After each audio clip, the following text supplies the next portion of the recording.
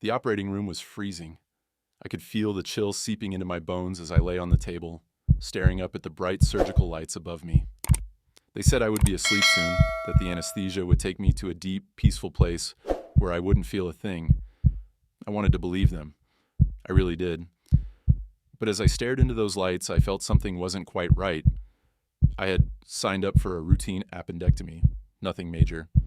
I remember the doctor telling me it was textbook, something they did every day. They assured me there was nothing to worry about. But as I felt the cold rush of the IV drip coursing through my veins, the fear started creeping in. I felt my eyelids grow heavy. The sounds around me began to fade, replaced by the soft whooshing of my own heartbeat in my ears. But then, just as I was about to slip away into unconsciousness, something changed. A sharp clarity cut through the fog. I tried to blink, to move, but my body remained motionless, paralyzed by the drugs. I was awake. I could see everything. Panic surged through me, but my body remained still. I could hear the muffled voices of the surgical team, the clatter of metal instruments on trays, the beeping of the heart monitor. I wanted to scream, to let them know that I could feel everything, but no sound came from my mouth. It was as if I had been buried alive inside my own body. The surgeon's face loomed over me, his eyes focused and calm. I could feel the pressure of his hands on my abdomen, the sharp sting as the scalpel cut into my skin. Pain shot through me like a bolt of electricity, a searing agony that I felt in every nerve. I tried to will myself to black out, to retreat into some dark corner of my mind, but the pain kept pulling me back, anchoring me to the present. I could feel every tug, every pull, as they worked on me. The sensation of my flesh being moved and manipulated was beyond anything I could have imagined. My mind screamed in silence. How could they not know? How could they not see the terror in my unblinking eyes? The minutes dragged on like hours. Sweat beaded on my forehead, and I could feel it trickling down the sides of my face. My heart pounded in my chest, and I could feel the panic building, like a dam about to burst. I prayed for death, for some merciful release from this nightmare. But death did not come. Instead, the pain continued. I felt the cold touch of metal deeper inside me now, a sensation that sent waves of nausea crashing over me. My insides felt like they were being rearranged, piece by piece, like some gruesome puzzle. The surgeon spoke softly, his voice a dull murmur through the haze of pain. "Almost there," he said, "just a little longer." But his words offered no comfort, only the promise of more pain to come. Suddenly, I felt a searing pain in my chest, like a white-hot knife stabbing through my ribs. I could feel my body convulsing, my muscles twitching uncontrollably. The heart monitor began to scream, its beeping becoming frantic and erratic. I could hear the urgency in the voices around me now, the sharp commands, the rush of footsteps. I wanted to cry out, to tell them that I was still here, still feeling everything, but my body refused to obey. My vision began to blur, the bright lights above me merging into a blinding white halo.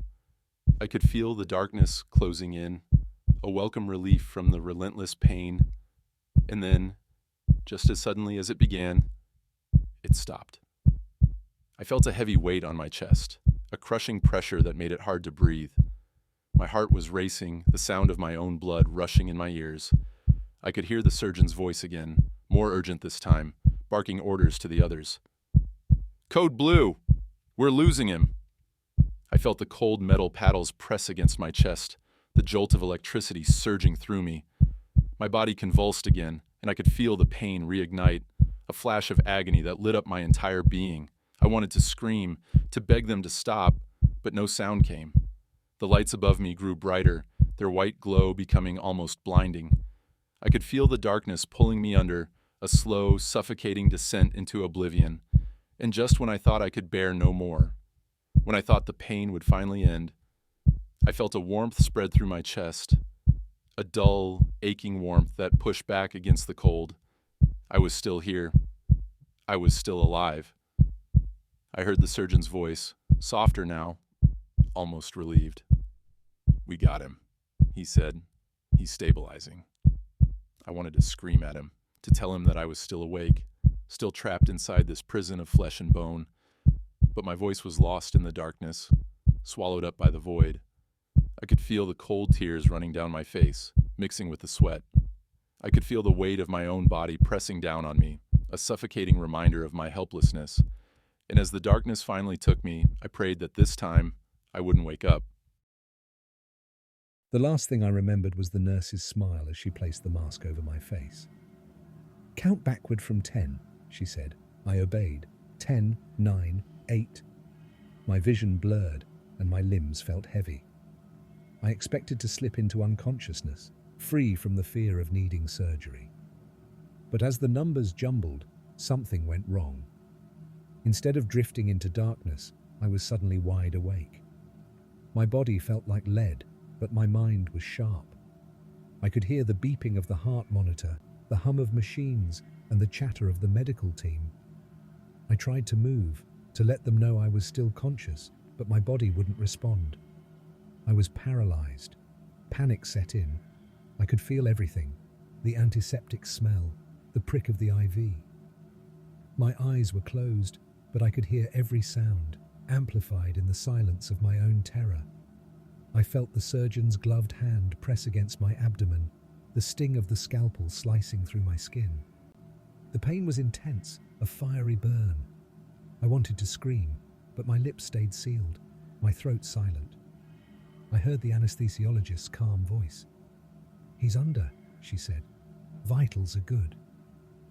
They had no idea I was still here, trapped, feeling every second. I felt the surgeon's hands inside me, organs being pushed and pulled, nerves being cut. The pain was unbearable, a burning agony. I could feel the blood pooling around me, hear the suction device slurping it away. Then came the whispers. At first I thought I was imagining them, a soft, hissing sound all around me.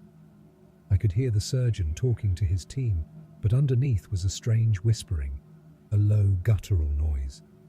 It sounded like voices, whispering in a language I couldn't understand, like a chorus of souls. My heart raced, my pulse pounded. What was happening? The whispers grew louder, echoing inside my skull. The pain was sharp and unrelenting, mixed with a primal fear. I wanted to scream, to beg them to stop, but my mouth was locked shut. And then I felt it. A cold sensation through my veins, like ice water. The whispers grew more frantic. My heart beat faster, my breath came in panicked gasps. I was drowning in pain and fear with no escape. The surgeon's voice cut through the whispers. "Almost done," he said. "Just a few more minutes." Minutes? I couldn't last seconds. The pain was too much, the whispers too loud.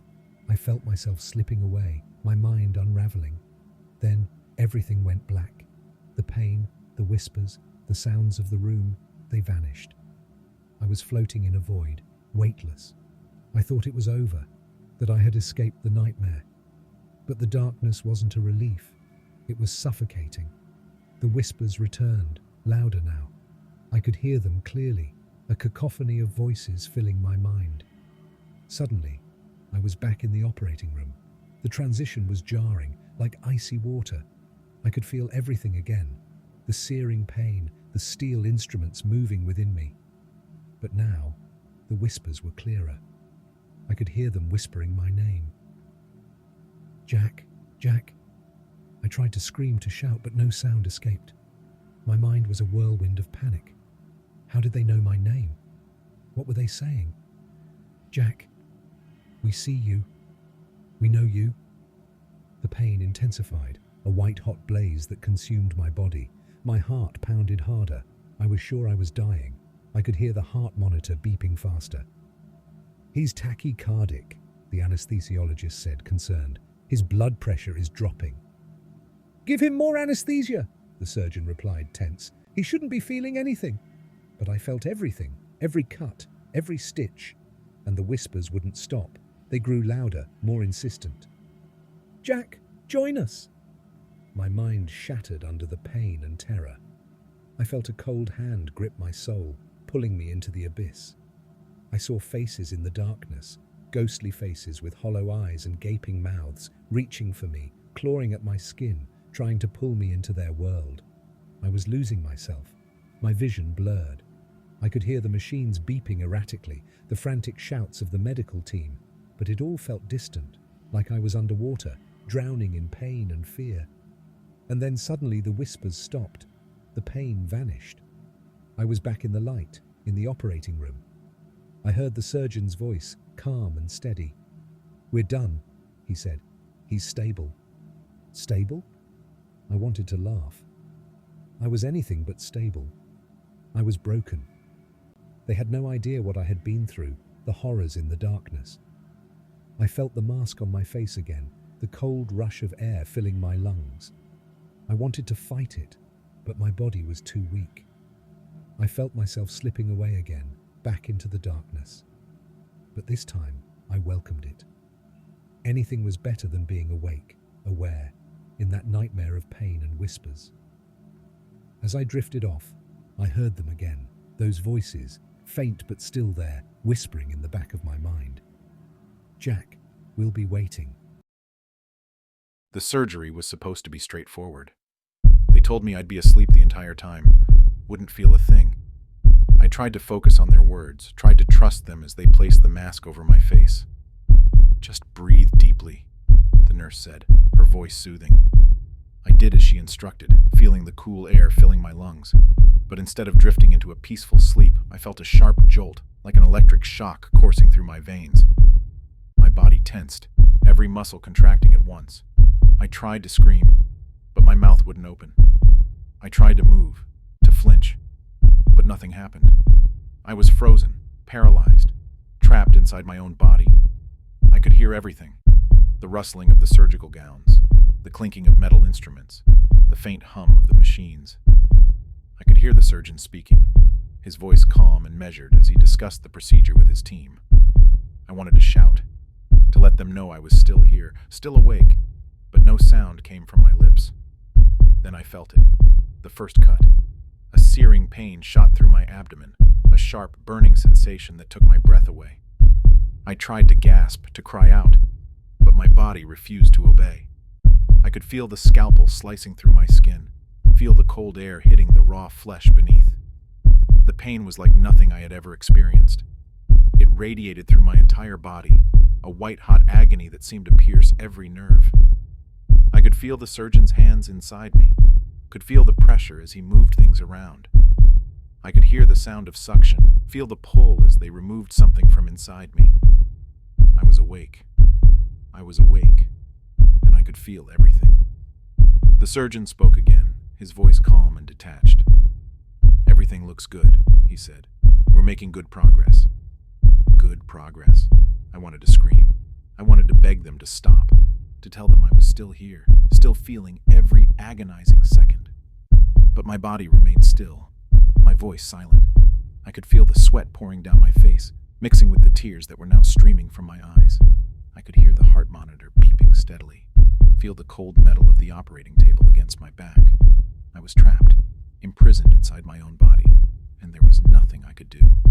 I felt another sharp pain, deeper this time, as the surgeon cut further into my abdomen. The pain was excruciating, a deep, throbbing ache that made my whole body tremble. I could feel my muscles twitching, could hear the sound of my own heartbeat pounding in my ears. "Is he okay?" one of the nurses asked, her voice tinged with concern. "He's fine," the anesthesiologist replied. "Just a reflex. He's under." Under? I wanted to laugh, to cry. I was anything but under. I was awake, wide awake, feeling every moment of this nightmare. The pain was unbearable, a constant throbbing agony that left me gasping for breath. I tried to focus on something else, anything else, to take my mind off the pain. I thought about my wife, my kids, tried to picture their faces, their smiles. But the pain kept pulling me back, dragging me down into the darkness.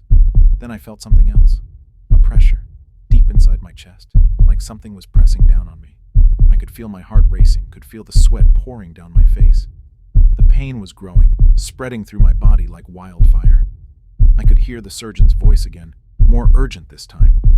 "We're losing him," he said. "Get the paddles." I felt the the cold metal against my skin, felt the jolt as electricity surged through my body. My back arched off the table, and for a moment, the pain vanished. But then it returned, stronger than ever, a searing, blinding agony that took my breath away. "We need more anesthesia," the anesthesiologist said, her voice tense. "He's not going under." Not going under? I wanted to scream. I was already under, trapped inside this body, feeling every moment of this torture. I could feel my heart pounding, could feel the blood rushing through my veins. I could hear the heart monitor beeping faster and faster, matching the frantic rhythm of my racing heart. And then, just as suddenly as it had begun, it stopped. The pain, the voices, everything. I was floating in a sea of darkness, weightless and free. I could hear the distant sounds of the room, the faint beeping of the heart monitor, the soft murmur of voices. But they seemed far away, like they were happening in another world. I felt a warmth spreading through my body, a dull, comforting warmth that pushed back the cold. I could feel my eyelids growing heavy, could feel the darkness closing in. And as I drifted off into the void, I prayed that this time I wouldn't wake up.